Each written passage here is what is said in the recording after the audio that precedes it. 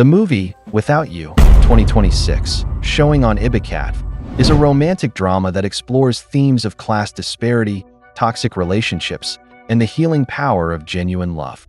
Here is a narration of the full movie. But before we begin, let make a massive shout out to the producers of this movie and visit Abaka TV to enjoy the full movie. Welcome to latest Nollywood movie recap. Now if this is your first time of seeing my video, please kindly subscribe. This channel is created for Nollywood latest movies narrations and reviews. To have a better understanding of the movie, so kindly subscribe so that you will not miss any of our videos. The reckless heir and the diligent daughter. The story begins with Chris. The reckless and arrogant son of a wealthy corporate leader. Chris is a womanizer who frequently jeopardizes his father's business reputation with his lifestyle. Meanwhile, Ifunanya, Ife, a brilliant young woman with 2 degrees, is struggling to find work while her family faces mounting financial pressure, including rent hikes they cannot afford. Ife arrives at the office holding a food flask, explaining to her father that her mother sent her to bring him lunch. What are you doing? Mama said I should bring food for you, that you forgot it now. Thank you very much. Yeah, I was just wondering what I'm going to do. Meet my boss, engineer. Her father is pleasantly surprised, as he was already wondering what he would eat. The introduction, while they are talking, his boss, engineer Jonathan, and his son, Chris, walk by.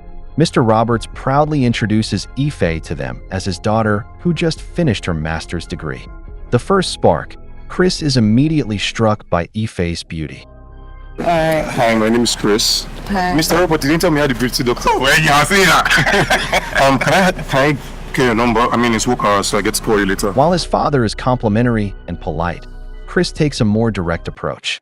Despite being in a professional setting, he brazenly asks for her phone number, noting that since it is work hours, he would prefer to call her later to get to know her better.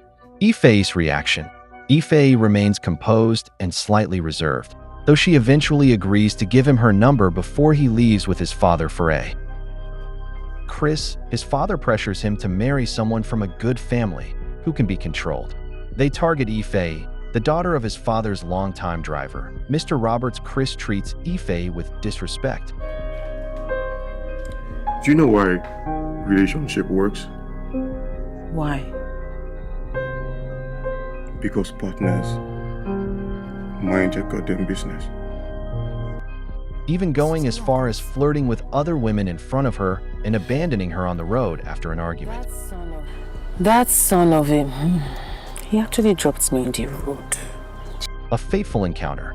The turning point occurs when Ife is attacked by thugs late at night and is rescued by Nathan. Nathan is a kind-hearted, soft-spoken widower who is still grieving the loss of his wife.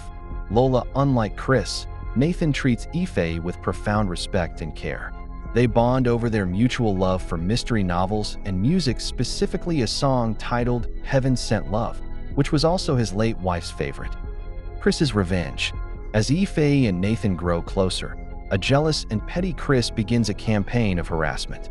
Ife and Nathan are walking together after a book club meeting or a shared moment of connection. They are talking calmly and enjoying each other's company when Chris suddenly pulls up or intercepts them. Chris is immediately hostile. He doesn't just see them, he marks his territory. He addresses Ife with zero respect, demanding to know what she is doing with a low life like Nathan. Oh, I see. You deny me because of this low life? This low life. You will pay for this. You will pay for this. You're being very childish right now. You know that, right? Chris sneers at Nathan, looking him up and down and dismissing him as someone beneath their social standing. He refers to Nathan as a nobody and questions why Ife would be spending time with someone who looks like a driver or a commoner compared to his own billionaire status. Nathan stays remarkably calm, which only infuriates Chris more. Nathan tries to tell Chris to watch the way he speaks to women and to show Ife some respect. Chris doesn't take the correction well. He tells Nathan to mind his goddamn business and warns Ife that she is making a huge mistake. He makes it clear that he views Ife as his property and Nathan as an annoying fly he needs to swat away. He uses his influence to have Ife fired from her job and eventually manipulates the eviction of her family from their home. Hey, No, quick notice. This is quick notice now. Hey! To make matters worse, Ife's father, Mr. Roberts, falls dangerously ill with cancer, requiring a surgery that costs 5 million naira. Desperate to save her father, Ife nearly returns to Chris to beg for the money. Chris demands that she apologize and sleep with him as leverage. When she refuses his advances, he attempts to have her arrested. After Ifeoma stops taking Nathan's calls because she is overwhelmed by her father's illness and her family's financial crisis, Nathan decides to show up at her family home out of genuine concern. Nathan arrives at the gate and meets Ife's mother. He is polite and explains that he hasn't been able to reach Ife and just wants to know if she is okay.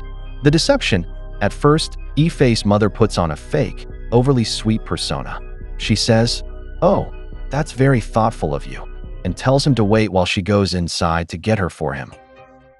Instead of bringing Ife out, she returns with a bucket. Without warning, she drenches Nathan with water. In her anger, she tells him that she has added pepper to the water. She screams at him to leave and never come back. She even threatens that the next time he shows up, she won't just use pepper, she'll add succa, vinegar, to the mix. She makes it clear that she doesn't think he is in Ife's league and wants her to be with the wealthy, but toxic, Chris instead. The usual calm and gentle Nathan is visibly shaken. It happens after Nathan finally discovers the extent of Ife's family's troubles: her father's terminal illness, the eviction notice, and the fact that she was being blackmailed by Chris, all of which she had kept hidden from him. The air is thick with tension as Nathan confronts Ife. Usually soft-spoken, his voice is laced with a mix of hurt and frustration. Nathan asks her point-blank why she didn't come to him. He is baffled that while they were building a deep connection, she was secretly carrying the weight of the world on her shoulders. Ife, tearful and defensive, tries to explain her reasoning.